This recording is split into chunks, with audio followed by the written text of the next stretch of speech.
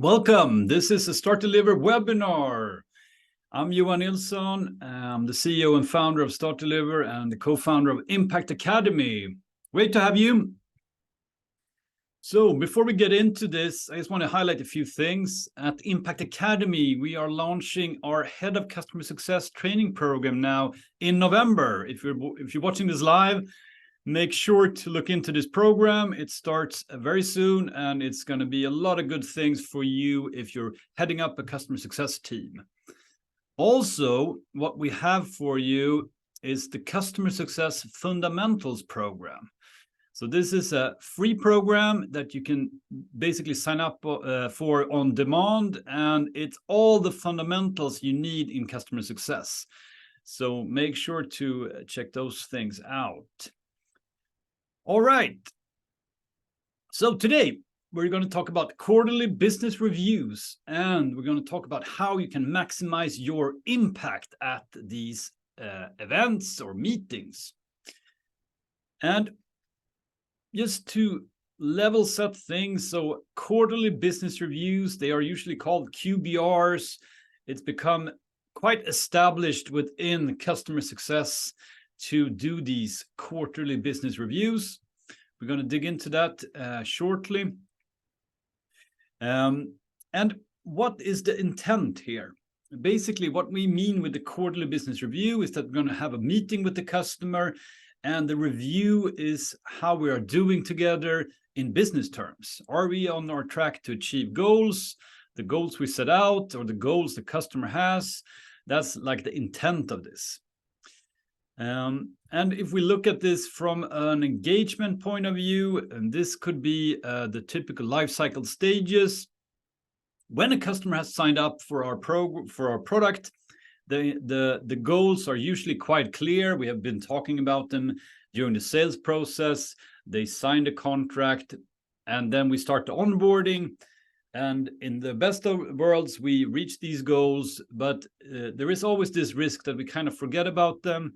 We lose track of them, and eventually maybe they don't even know why they got our product. So this is the scenario we don't want to end up in, basically.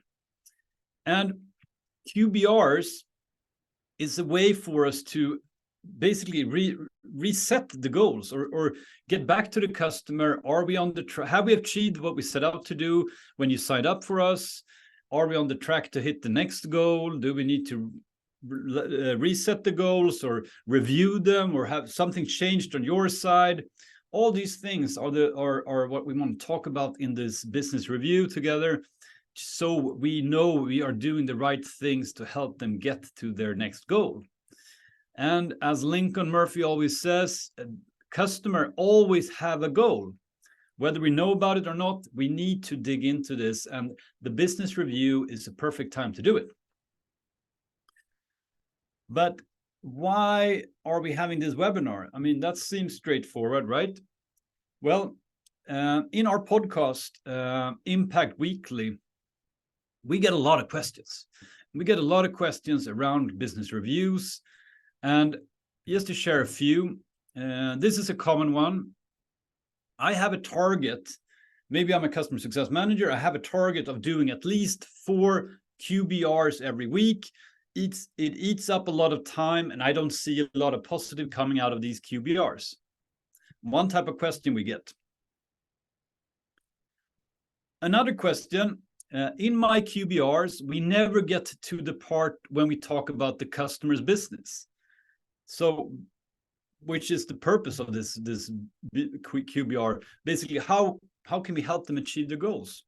So this person asking this question have a hard time getting to that part in the business review.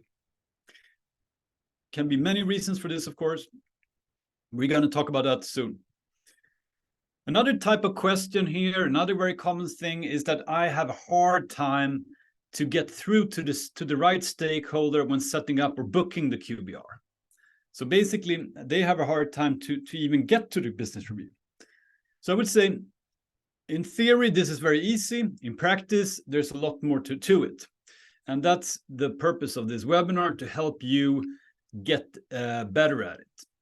And I think we can reference something here. Do you go to the dentist when they call you? I do. I guess most of us do.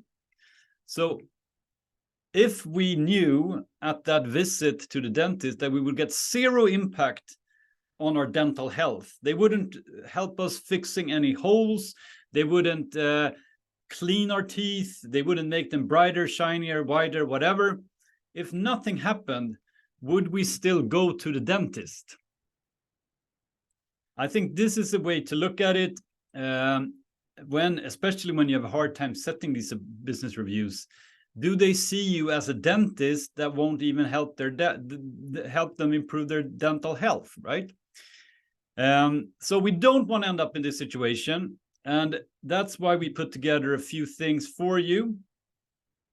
Because if we end up being this dentist that don't improve our teeth, it's going to drain our resources, it's going to actually lower the trust, and it's going to hurt our relationship. So if we do these business reviews poorly, it's counterproductive.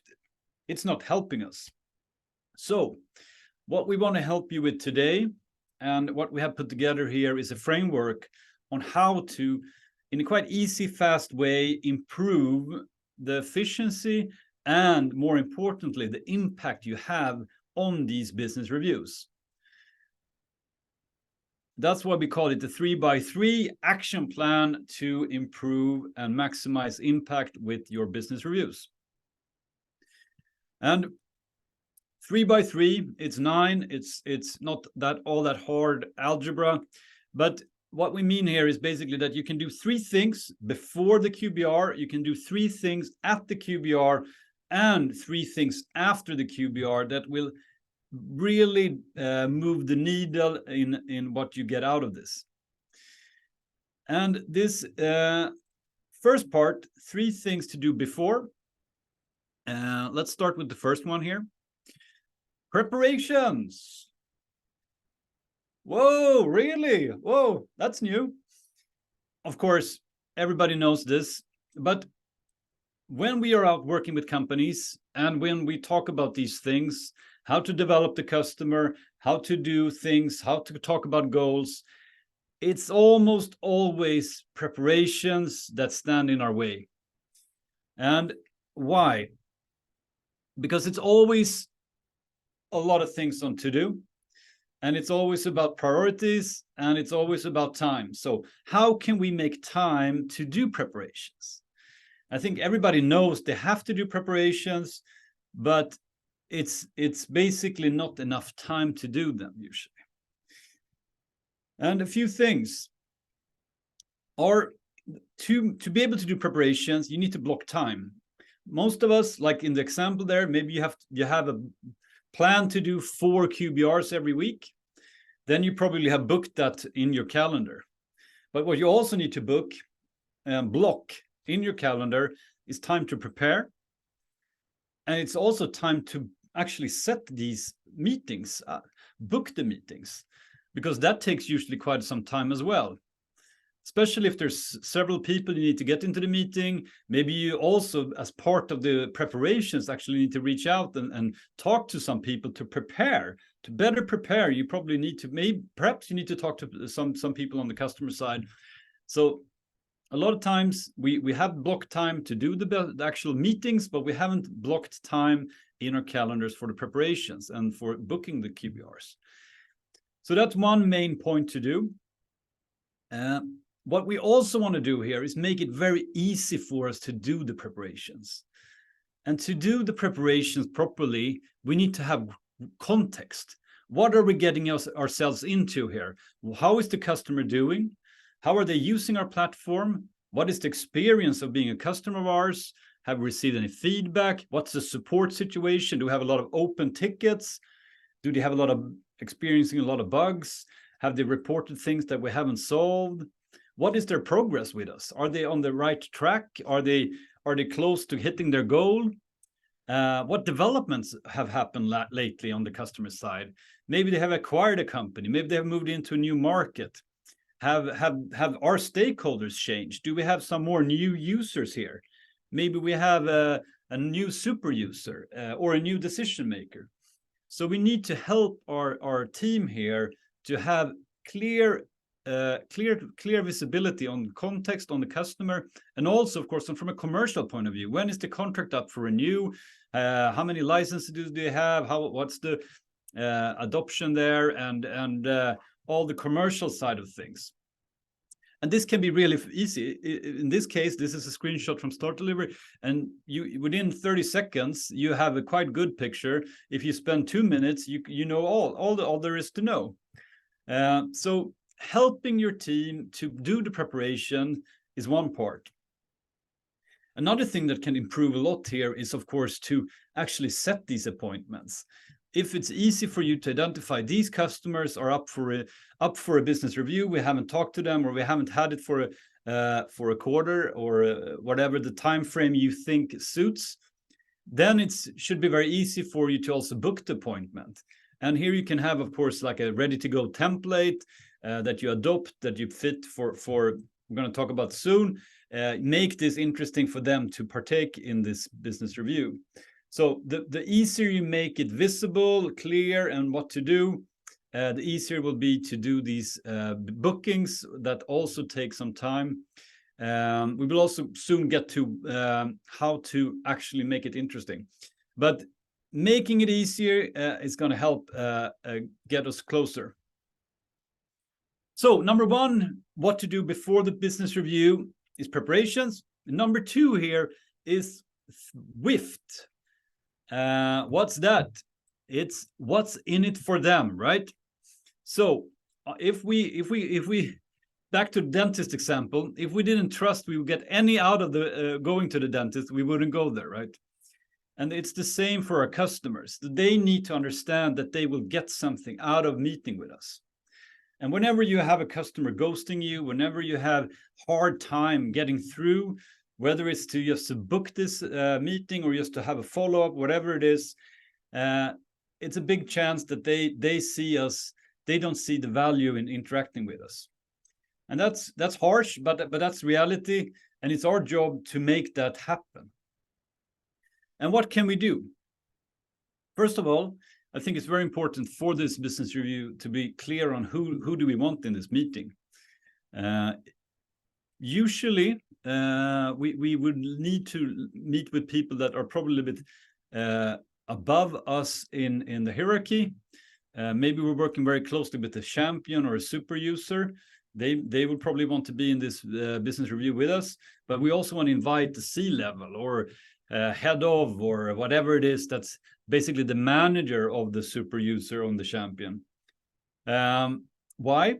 Because this person is the one that's going to renew the contract most likely, and sign off on an upgrade, and or be the person that cancels the agreement.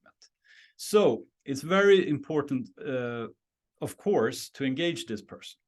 And a business review done right is a great way to do that.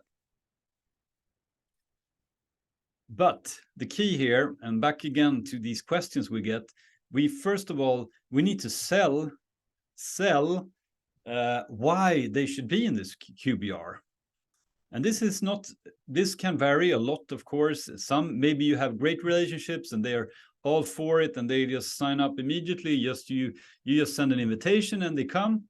Some cases you need to build this story, maybe you haven't met the C-level before. So it's the first time. Okay, so I need to do some prep work, back to the preparations, to be able to sell this business review. So here are a few things to think about to help you basically sell it. First of all, the preparations, very, very important. If you have a lot of issues with the customer, if the adoption and the usage is poor, if it's a troublesome, if we're in trouble with the account, basically the customer is at risk for us. That's a completely different story from a customer who's doing really well. They are adopting the whole platform. They have several users. They are basically looking only to do more with us. We need to understand the complete picture, of course. Preparations are key. Another thing that's really important here is the position. And what I mean by position here is our position in the mind of the customer, in the mind of the C-level person that we want to book the business review with. Who do this person see us as? I'll come back to that later, but in many times when we have a hard time to make this appointment happen, it's that they don't see us as an advisor. They see us more as support or a product person or someone that they cannot they cannot get advice from and help improve their side of the business. So very important part. I'll tell you a little bit later how we can work through, how we can improve this position for us if we have a poor position. Another thing that almost always works here is social proof. And social proof is basically referencing another customer that you are doing this with. So maybe a very easy way to say is, with all my other customers, we have this management report. I want to understand from you, Mr. or Mrs. C-level, what would be the things you want in this management report, or similar. Or reference, we work with this other customer in your industry. They have been through these challenges and they have now come on top of them, and they've seen these results. Maybe I can share that, and we can go through that in the business review. So social proof is a powerful way to, it helps with your position. It helps to also do the last thing here, which is to pick their interest. Again, we need to sell the meeting. Do not focus on what you want to achieve in the meeting. Focus on selling the meeting. And when we get to the business review, that's when we're going to do the things we want to do and look at the outcomes we want from the meeting, basically. So we need to see it as step by step here. So preparations, WIFT, and last but not least, in the prep or the things we do before the business review, we need to have an agenda. And that's not rocket science either, but there's a few things to it. This is just a sample of an agenda that's very common, and you can of course, for some customers you will have long business reviews, meaning maybe an hour's meeting, maybe some you will have 30 minutes, maybe you have half day with some, and so on. All depends on the appropriate experience and the type of business you're in and the type of customers you have, of course. But an agenda is, of course, important. But what I would say is even more important is that after you book the business review, is that you want the customer's input on the agenda. Ask them to add things and ask them to set priorities. And again, back to preparations, if we know we have a lot of issues and we know they have experienced problems with us in any way, of course, we need to have those things on the agenda, and we of course need to update them on those so we can move past them. So we can't pretend that there's no issues or no problems or anything. We need to front those things, but we shouldn't spend the whole business review just talking about issues, because that's where we never get to what we want to be, which is talking about the customer's goals and what they're trying to achieve. A great way to do this that we do is that we actually we have what we call an idea board. So we share with our customers ideas. These are things we believe we could do with you. These are the next steps. We have a shared space functionality, so that we invite the customer to this shared space. It can be both the decision makers, the stakeholder, the super users, whoever's going to be in the call. And they can basically add their own ideas. They can also move the ideas they like. So we know when we get into the call, we already know what's their priority, what they want to talk about. Because this is going to help us set up the meeting to be efficient. It's going to help us start in the right area. And also it gets them thinking already. I think this is a really important part for the business review. You want them to have some thoughts in their heads, maybe even proposed some ideas from their side, or questions or priorities they want us to cover. So really important part in the preparations. So these are the things we do before the business review. let's now look at what we do at the business review that's going to move the needle. And number one here, we want to go into the business review as an advisor. We want to have the position basically in the eyes of the stakeholders in the business review as an advisor. And at Impact Academy, we talk a lot about this. Sometimes a customer success manager is positioned badly or poorly. Sometimes we're only looked at as a glorified support. They send us things and we fix them, or they see us as someone that knows everything about the product, or just a general problem solver, or some even worse, an assistant. Just, yeah, I dump things to this customer success manager and they take care of it. And if we feel we are in this position, it's going to be hard to start talking about the customer's business. It's going to be hard for us to dig into what are they trying to achieve, what are their goals. So we have a lot of ways to fix this, but a good position as a customer success manager is when you have authority. So you know things, you're a subject matter expert. So you know your area. Maybe you're not as senior as the other people in the room, but within your area, you're an expert. And especially you're an expert in how your product can help the customer achieve their goal.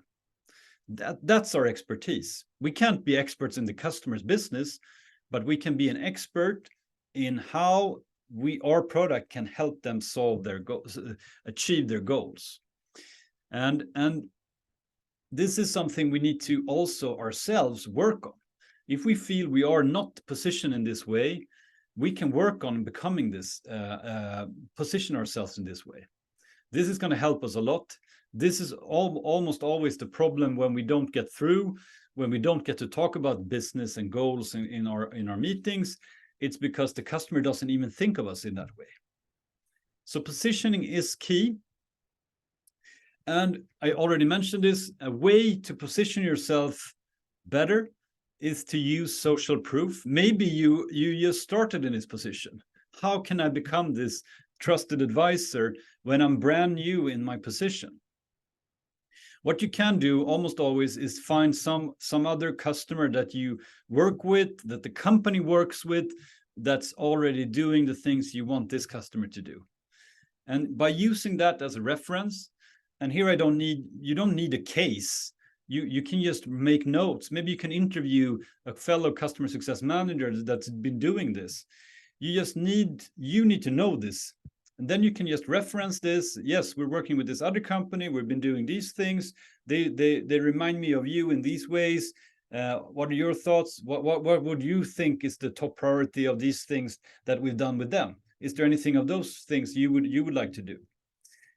It's a great way to position yourself right and drive the dialogue in the meeting. So number one here at the meeting, we need to have the advisor position when we get into the meeting. Number two here is goal discovery. So I've been talking a lot about goals. The customer always have a goal, and a goal is basically an objective and a time frame. So they have something they want to achieve, and they have a time frame to it. And maybe sometimes they don't even know this exactly. They haven't defined it. They haven't defined a time frame. They haven't defined what they're trying to achieve, but they have a vague idea. We need to grow. We need to cut cost. We need to be more efficient. And our job here is to help them discover what this is and how our product can support this. That's what we mean by goal discovery. In an ideal world, you have this. So when you go into the business review, you can look at, okay, we are close. We're closing in on the target or the goal here. Last time we talked about growing leads, increasing the leads by 15% by the end of the quarter. We have a few days left, and we're good. We're almost there. So in an ideal world, it looks like this: that you know it and you prepared it and you're on track. But a lot of times we're not there yet. And we have to discover the goal. Maybe it's a new stakeholder, maybe it's a new decision maker. We haven't talked to them before. Things have changed since they actually started the onboarding. So a lot of times when we get out in the business review, we need to basically go back to basics and look at, again, back to context. Where are we right now? What's going on their side? This is where we want them to talk, do a lot of the talking. So we need to feed them and see basically get their input here. That's what we want to do. So what's going on their side? What's important for you right now? Where are your priorities as a company? What are you talking about internally? Where is your focus?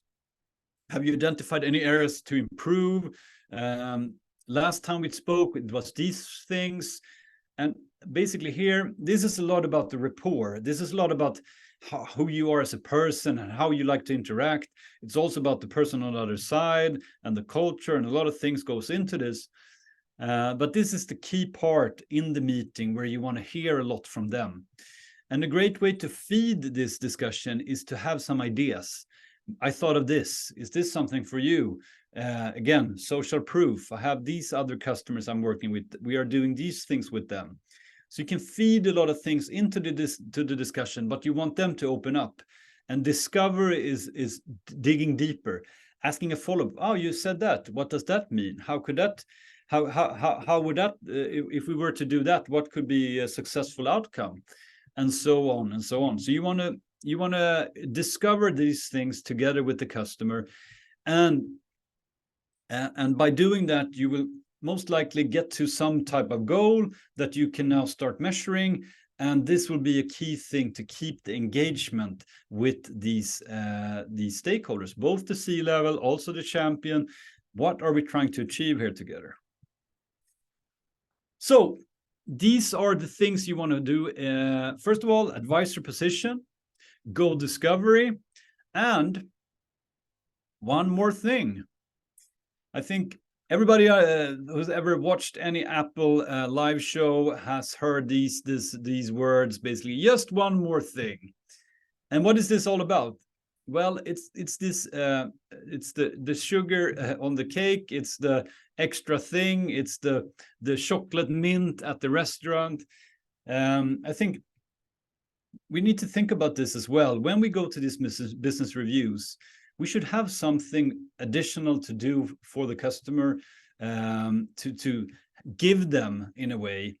And from my experience, there's just your creativity here that sets the limits, basically. But a few examples, concrete examples. Maybe you have prepared a specific report that you knew they needed or wanted or probably would like. You end the meeting with this. Maybe there's a new feature coming that you believe are spot on for them. Maybe you have a new integration, a new app that they would like. Maybe you have like this open roadmap meetings, or you invite customers for an advisory board type of thing. So you can invite them to that if that's up their alley. Maybe you would like to invite them to a conference you're hosting to speak. Maybe you can offer them a free workshop or free training or something like that. Or maybe you have even like a lead for them, maybe a business contact, a partner, something like that.